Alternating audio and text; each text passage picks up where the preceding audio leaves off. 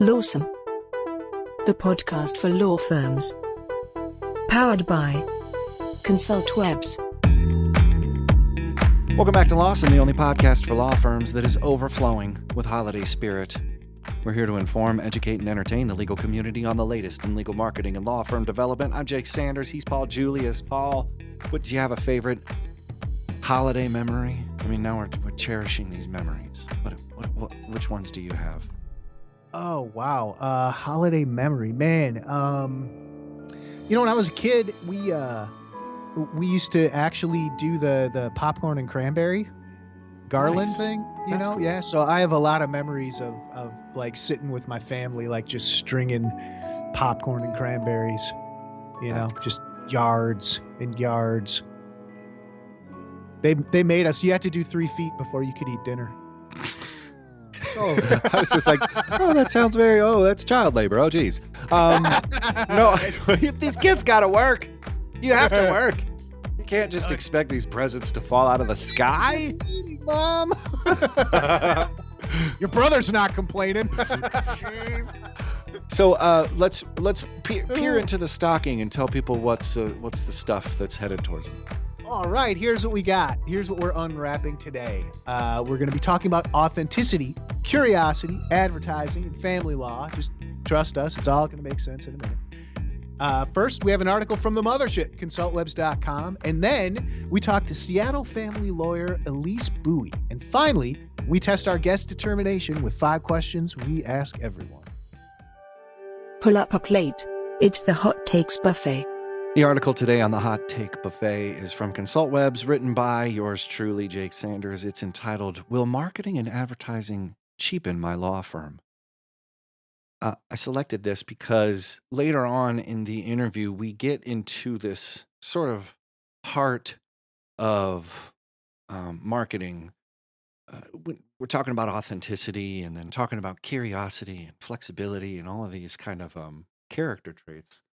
And I thought it sort of circled around the central theme of people feeling maybe a little bit leery about marketing itself, asking for things. You mentioned it too in the thing about referrals. How do you break that awkward moment where you're asking for things, asking for questions or guidance or, anything, business. So I'm thinking that people are afraid because they feel like it cheapens them. And so I wrote this article to speak to that, person, whoever they are, a lawyer, small business owner, people can feel this. And so Elise unpacks the way marketing is more about this community building thing that is so brilliant. The way that she does it in family law is exquisite. This article unpacks the idea of brand marketing and advertising. And the reason why it isn't cheap, it actually drives awareness of the function and who you are and why you are. So when people are saying be authentic, what do they really mean? And so I'm thinking that, this article unpacks that, helps people understand that your marketing is to be distinct, get noticed, build memorability, drive action. So I encourage people to click through this and read it because I know a lot of people have that feeling inside in marketing. It's like, oh, I love it. But we all feel like the wavy, blowy, inflatable tube guy just whipping around, looking silly, trying to get some money. It's amazing the way Elise breaks it apart. And this article can give you a couple different insights, change your perspective, get you refocused on the idea of building a book of business as not something that cheapens you. So I like this because I wrote it. But, Paul, what do you think about this? Because, we talk a lot about tactics, but we don't talk a lot about the psychological ramifications of feeling like a grubby little worm asking for business, Well, I think you talk about that in the article actually pretty extensively where, there's this idea that, and you back it up with ABA numbers and Right. stuff from the Clio report. Right. And basically saying, look, lawyers are hungry for business. And they've replied to surveys. We're not making this up. That they basically, these industry surveys say we need more work and it stresses us out. Hmm. But then at the same time, but we don't want to advertise because it feels like you're putting on the clown suit or whatever. You're diminishing your stature. And specifically, what Plus, it says is do you feel that it has a negative advertising and marketing for law firms? Do you feel that it has a negative impact on the public profession, the public perception of law? And 86, 86% of lawyers agree that lawyer advertising negatively impacts the legal profession. yeah. And so I That's think what huge. yeah, well, it is, but I think what that means though is that there's a perception of legal advertising that we're trying to change, and I think that's why this article really hits home, particularly when we're going to get to it in a minute. Talking to Elise, we're talking about authenticity. She talks about some of the things that where even like with the pandemic and the shutdown. She was still trying to get out there and help people, not because she was like, "Hey, this is a great marketing opportunity," but it's because that's what she does. Mhm. I help people with legal problems. So she was out there doing it. That is exactly what we're talking about when we say that authenticity, being, showing people who you are and being that person, that is your brand. And that's Mm. the kind of advertising that people are going to respond to in a positive way. And they're going to remember it. I remember this connection. I remember this. And they're also seeking it out. Not to give too much away, but we're talking about the importance of connection.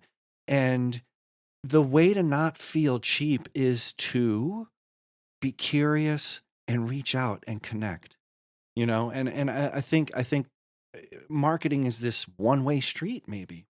I think I'm thinking of this in live time, but everyone thinks it's a one-way thing. I want to get a lead. It's all a means to a lead, but it's much more than that. And at least sort of gives herself this line where I was doing consults with people who I knew I couldn't fully help, but they needed someone to listen to.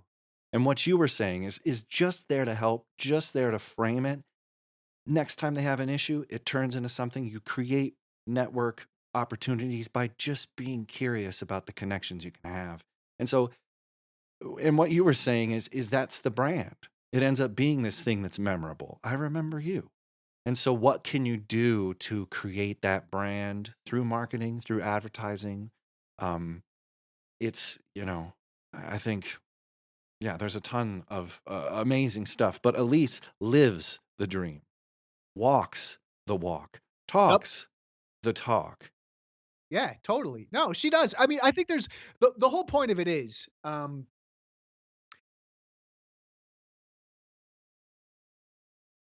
everyone says like, oh, like you were just saying, advertising, get the lead, be there when they make the click, blah, blah, blah. There's so many metrics and, user behaviors, segmentation, all that stuff. And that stuff is all good. I mean, believe me, there's nothing wrong with rolling up your sleeves and digging into different metrics, where people might be, blah, blah, blah. But I think there's something else to be said, for looking at the other side of it and saying, hey, well, you get to where these people are? What are they going to find when they get there? Mm, What are you gonna what is it? What are you offering them? How mm, are you different from other lawyers? How is it that their needs are going to be met better with your firm than someone else? And that's again, that's what you're trying to do with advertising. You're not saying, well, I'm the loudest, shiniest, most obnoxious, advertiser out there. right. You want to let people know, hey, this is what it's going to be like, particularly for a family law firm. They have to feel comfortable with you Hmm. before they actually, start giving you money. Hmm. So Hmm. And that's why Elise, who has her own podcast, who has her own skunk works internally, who went virtual in 2014, before any a pandemic forced her hand, who's been pivoting since before people were pivoting.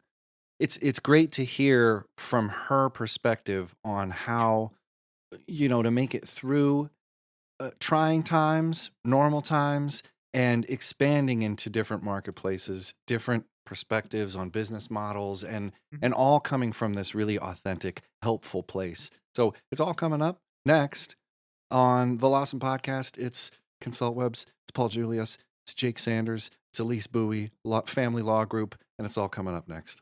Let's go. Lawson continues. But first, a word from our sponsor. Any lawyer looking to grow their business online can generate more leads from their website by hiring ConsultWebs. After working with lawyers exclusively since 1999, we've tested thousands of web designs and marketing strategies, so we know what flips and what flops. For more information, visit www.consultwebs.com today. And now, a Lawson interview. Elise Bowie began her legal career as a federal judicial law clerk in Louisiana, then onto a litigation practice at Blue Williams. After undergoing her own divorce and multiple relocations and truly understanding what it means to put the best interest of the kids ahead of her own, Elise now brings her full focus to her current family law practice, advocating for children's best interest in high-conflict divorce and dependency matters. And after all that, she's decided to join us on the Lawson Podcast. Elise, thanks for being here. Thanks for having me. I appreciate it. So let's get our orientation. Talk about your trajectory in law and what led you to start your own practice and some of the obstacles you've had to overcome. Sure.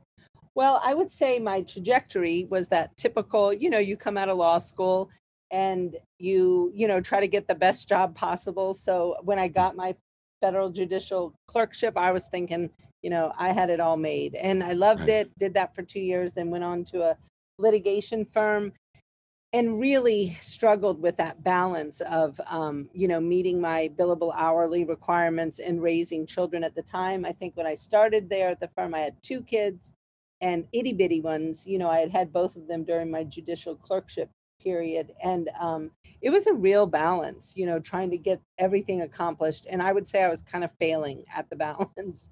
And so I actually quit work for a bit and stayed home, had some more kids.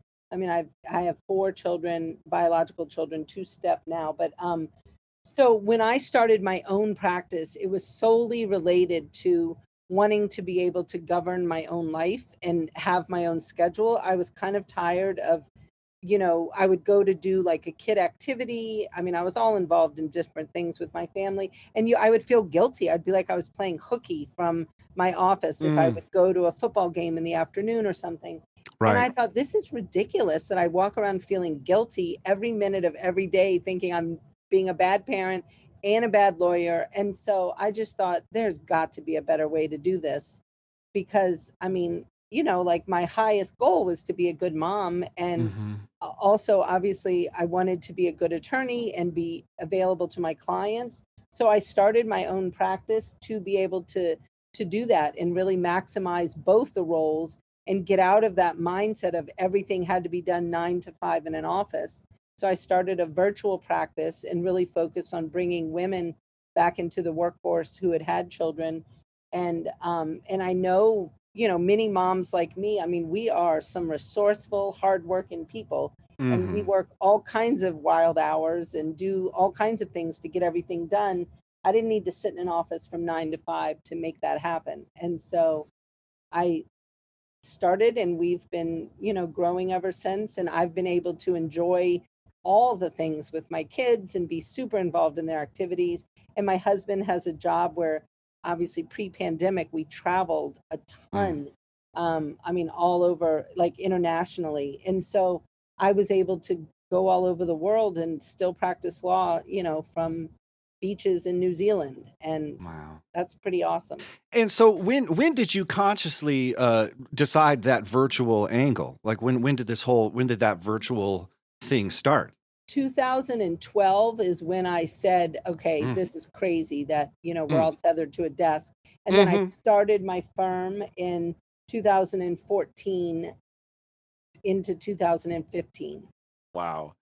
So you started it with the virtual in mind, overcoming these natural barriers. How many times have we heard it from female lawyers specifically that motherhood tends to be this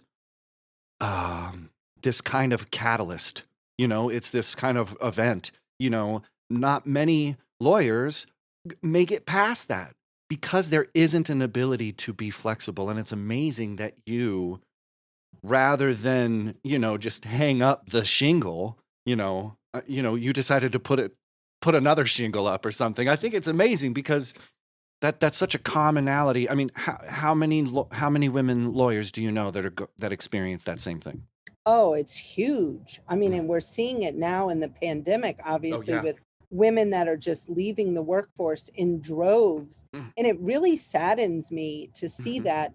I mean, I have to say it saddens me from a leadership role, because I think we leaders and, law firm owners, business owners can do so much more to pivot and be flexible and be emotionally intelligent around what we're doing with our teams. And I mean, I am a huge proponent in really trying to meet my team where they are. And I mean, if I've got somebody who needs to work less hours because they're doing remote learning, I mean, I'm the first to suggest, like, pull down your stress. Like, let's switch this. I can find more people to work if you need to work less hours, or if you want to work. I mean, I have people who want to work less hours per day and they want to work 7 days a week. I have people who want to work 4 days a week and they don't want to work at all those other 3. I mean, and I provide all the flexibility humanly possible to allow people to really maximize their roles, both as moms and as attorneys.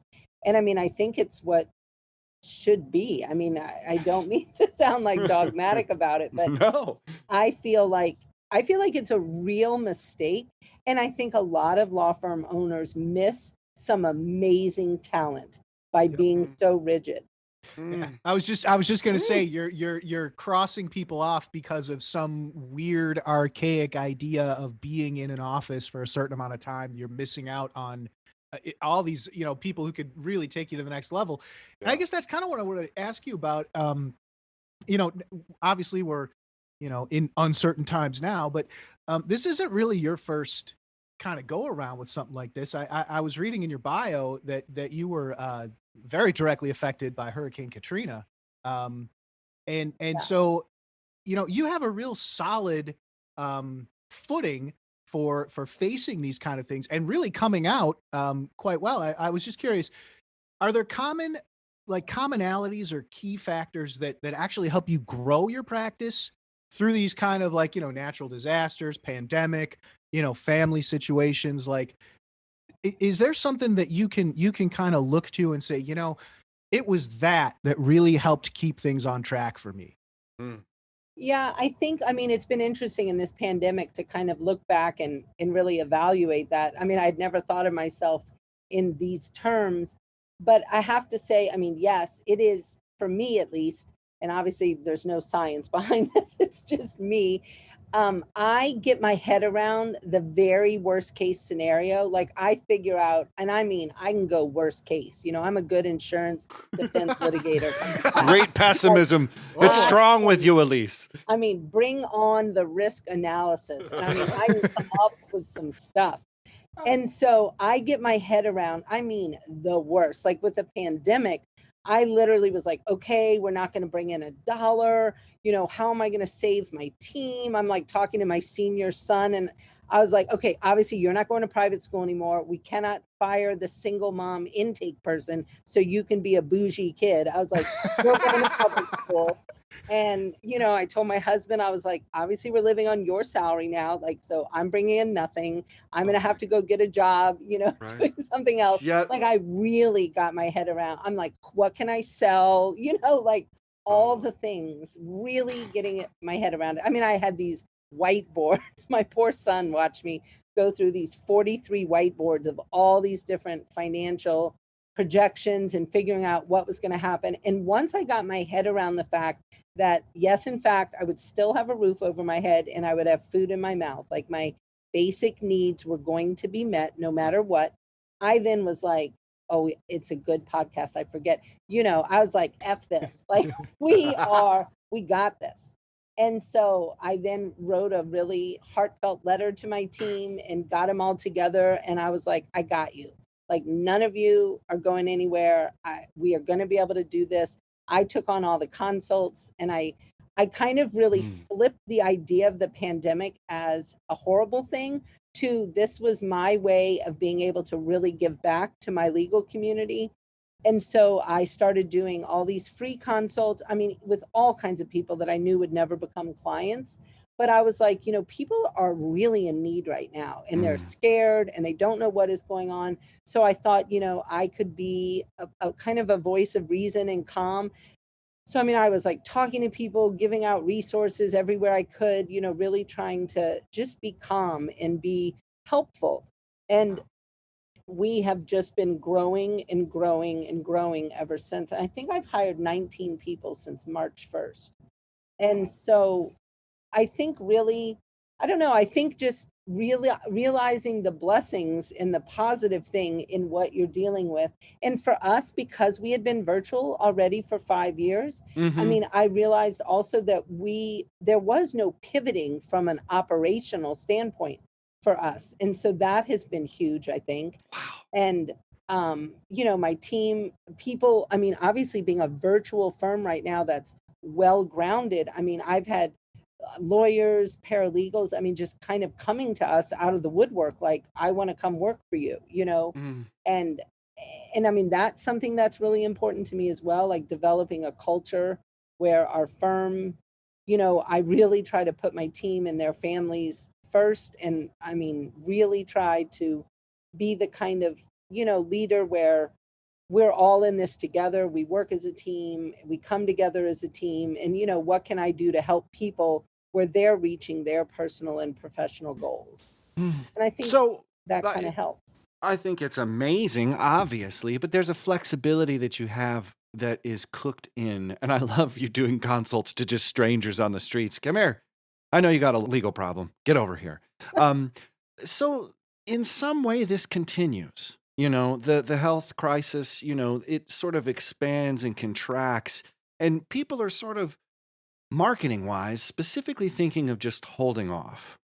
And you have decided to sort of lean in, and you've experienced that growth. Do you think what's your conception around marketing? Because it sounds like what you're doing is reaching out into the community with things that reflect positively back on your brand as a law firm, which I think sounds like marketing. I'm not Yeah. 100% sure. You never know what marketing is these days.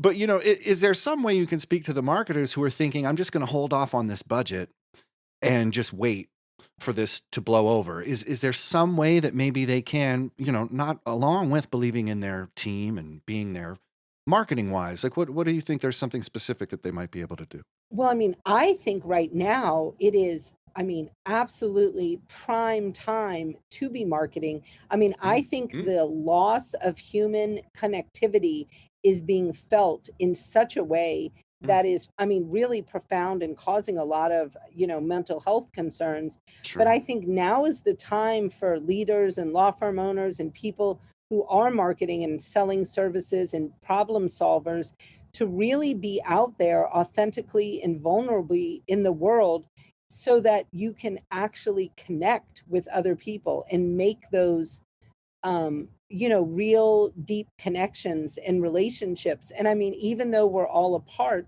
I mean, you can still do that. And I mean, there's all kinds of ways. And I mean, I'm definitely a networker kind of person. Like I'm, an extrovert, and historically have done a ton of in-person networking, to build up a referral source business. And I mean, now I do all that by Zoom, and, I have coffees and lunches every single week with people. Um, and just, really be out there being authentic, and really putting on your emotional intelligent hat and realizing what people need in this time.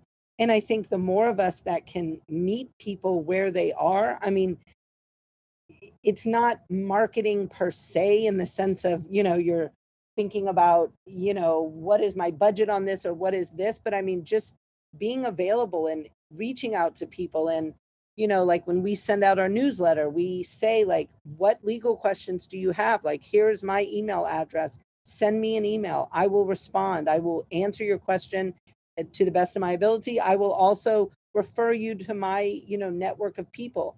I mean, just meeting people where they are, because I think there are just a lot of needs in our communities right now.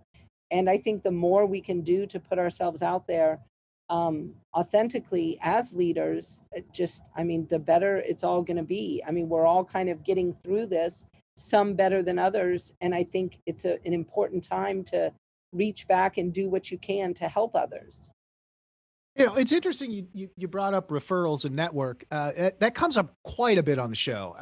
Even the most prolific, well-funded, tech-savvy firms, digital forefront, they still count on referrals as a very important source of new clients.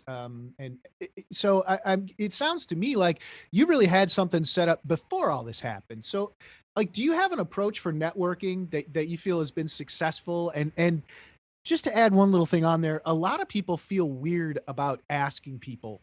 Do you have an approach for that you think maybe is something you could share with our listeners?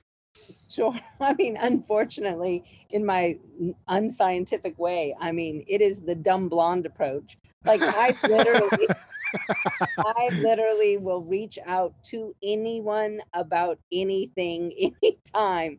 I mean, unfortunately, I'm really comfortable in my dumb blonde role, and I will just reach out to somebody I'm interested to learn about, and I will literally email them and be like, I creep on your social media. I'm super interested to learn about this. Would you be willing to talk to me? I mean, people are, like I was saying before, they're really starved for connection. And I think that more and more of us should do that. I mean, I've had several younger attorneys reach out to me during this pandemic, and I literally could not give them enough more kudos. I'm like, good for you. And they'll just reach out and be like, Elise, I want you to be my mentor, or I want to do this. And I'm always willing to help people. I mean, I'm like, what can I do? What is your goal? What can I do to help you get there?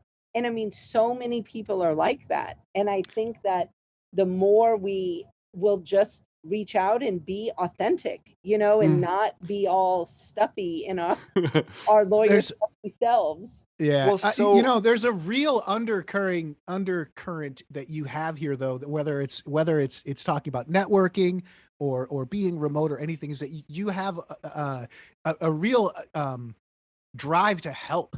And I think that seems to me like there's no or it's a drive, and I'm sorry to interrupt, but I think it's a curiosity. Yeah. It isn't necessarily an altruistic thing, because who knows what she really thinks, Elise. Yeah, good point. I would say, I think no, but there's something, and you excused yourself as a dumb blonde, but I was like, that sounds scientific. Yeah. It really is this curiosity, and I think people are afraid to look dumb. And you sort of gave it this thing, I'm the dumb blonde or whatever, I'll ask a question to anybody, but I really think there's something essential to the fact that people don't want to be authentic because they're going to be called out as frauds, or they don't want to ask a question because they don't want to look like they don't know anything. So it isn't that we're perforce being stuffy, it's that we are afraid, deathly afraid of somebody thinking we're an idiot, which I'm like, oh, and you go to law school and how do you not know this? Well, I don't want to seem, I don't know. People are so, and then tell that person that they need to do social media in an authentic way, and it's not going to work. So here's something, talk about authenticity, but then talk about that questioning that you don't have around inquisitiveness and experimentalness, if I can use that word. Absolutely. I don't even think that's a word. So talk maybe about that, because I think there's a shame that people are just kind of skirting over. Talk. Well, and I think there is such a big picture fear of failure, in fear of exposing themselves, where they might feel like it looks like they failed. And I mean, maybe wrongly, but I mean, I kind of consider myself somebody who has failed her way to success. I mean, I've had all kinds of failures. I mean, major financial things with my ex-husband, where, I mean, we were broke as can be, like struggling. And I mean, that helped me to become pretty gritty. I mean, and just being honest about those things, and being really honest about, all the mistakes. I mean, I was saying something this morning, actually, to my husband. I was like, thank God we had enough children that I was able to kind of get it right towards the end. You know, those first ones I feel like were such guinea pigs, and I mean, it's, a big joke in our family, but I mean, in being honest about your mistakes and about your failures and about what you learned. And I have to say, for me, I am a chaos junkie, absolutely. Like, I love to try new things. I love to be juggling a lot of things, like I'm like, oh, I'm going to open this business and I'm going to do this. And I mean, I think just part of being a stepmom of 6, I mean, I'm used to a lot of chaos. And I think now that my kids are older and I just have one left at home and he's not even really at home, but he lives on a boat. That's a whole nother random story. But No. so I enjoy all the experimentation. And to me, if I'm not Yeah. experimenting with my firm and with my team, then we're kind of dying or shrinking, Sure. because obviously I have so much to learn. I mean, Sure. I could learn literally 10 hours a day. I mean, I'm always, every single day, something hits me in the head and I'm like, oh my gosh, why did I not know that yesterday? And so I love experimenting and I love trying new things out. And I think that because I am very comfortable in my own skin, both in my success skin and in my failure skin. Do you know what I mean? And so I think that allows me to be pretty authentic because there's nothing hidden. I mean, people know my failure. It's all out there. Well, so is that maybe one of your tips, is to be okay with the failure? The failure to success is an amazing thing. I can't imagine that there's any better definition for success. Because how could you do it if you never tried or failed? People think it's like a perfect thing and it just shows up and you're like, show me that perfect baby, to your earlier point, because these babies are messed up. Yeah, well, everything is. And I mean, I think of all the hard work, I mean, you put into things and some things just flop. And that doesn't mean you necessarily did anything wrong. I mean, but I just think experimenting, failing, seeing what works and what doesn't work. And one of the things for me that's been very valuable is seeking feedback from others. So, like from my team or other people that I'm working with, maybe in a mastermind or something, and really, really embracing the idea of radical candor, like not shying away from somebody just telling me, like, Elise, this was a stupid idea. And, no, we're not going to do it. And not taking offense at that and being like, oh, okay, like, tell me more, what is so stupid about it and why do you think that? And, really embracing feedback because, I mean, God knows I have all kinds of stupid ideas. And But there's something about this. There's a flexibility here, but there's that radical candor is very wonderful. Getting people who can say no is great. Yes, men come a dime a plenty. The sycophants. Oh boy, you can stock your deck. Stack the deck with that. But speaking specifically now to marketing a family law firm, what do you think is different? Maybe speaking more towards that marketing function, more towards this authenticity, speaking towards the difference in between a billboard lawyer, like somebody who wants to market their practice. They're in family law, but they say, "Oh, I don't want to be a billboard lawyer. I'm not like a PI lawyer." How do you divorce people from that marketing function? And specifically, advice for family lawyers out there. What's something that they can do? Marketing wise that's unique to them that maybe won't get them oily or greasy by that PI lawyer advertising billboard thing, that people seem to not want to engage with. Yeah, I mean, I think as a family law attorney, your real superpower in marketing is truly being able to connect with your clients. And I think that obviously I know not all family lawyers have this, but somebody like myself that has been through a divorce, a very high conflict divorce at points, been through a relocation, done a lot of the things that are the issues in family law. I mean, my ability to connect with potential clients is, pretty strong. And I mean, people know, I mean, I get told a lot when I'm doing consults, like, I feel like you were a bug on the wall in my house. And I'm like, we all lived in the same house at one point. And it makes such a difference. And I think, again, it's all about how can you be out in your community in a way that you are authentically and, vulnerably letting the potential clients in your community know that you truly understand their pain points and that you are able to help them with those pain points. But I think this, and this is going to sound a little strange, but one of the big things that I think attorneys set themselves up for that's a mistake is that they can solve everything, that they are like going to come in and they're going to be the savior of all problems. And I am the type that feels very strongly that you need a large support network when you're getting a divorce. And there are many professionals that should be on your team for us to truly get you to the other side in a way where you're going to look back and go, wow, this was an amazing transition. It was horrible on one side, and I am rocking it on this other side.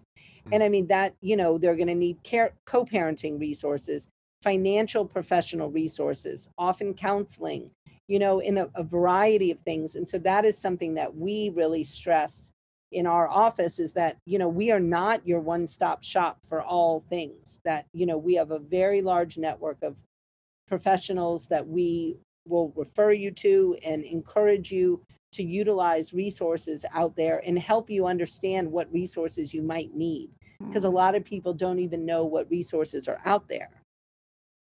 Yeah. And and the thing is too, it's not just, oh, I've done this, tons of times. This is what my whole law firm is like. You have authenticity because you went through it. Yep. You know what I mean? You're not telling anybody something that you read in Psychology Today or anything like that. It's like, no, I experienced this, there's no, I mean, I've never heard anybody doing what you're talking about right here. This is amazing. So to build on that, if you could tell our listeners one thing that they could start doing like today, right now, that would improve their law firms and their approach to law, what would that be? One thing I would say, I mean, I guess it would be in the marketing vein, would be to start doing like videos, to get out there and start answering their clients' main pain points, but on videos, so that people can see that they do understand. I mean, most of us attorneys, have at least at some point in our career spent time on the phone or in person doing consults. I mean, we could come up with, 100 frequently asked questions and, go on videos and answer those like a real person, not like a stuffy lawyer, and talk to people and, be able to show your potential clients, I mean, who you are as a person, that you understand their pain points, and that, what you bring to the table, which might not be, all the answers, and be honest about that. I mean, sometimes I think people forget that it's okay to say, I don't know, but I'll find out, I know how to figure out the answer, but I don't know it right this moment. Yeah, I know. I just keep talking. That's what I do. I just keep talking, and then I back away towards the door, and then I close it. And then they say, well, where'd he go?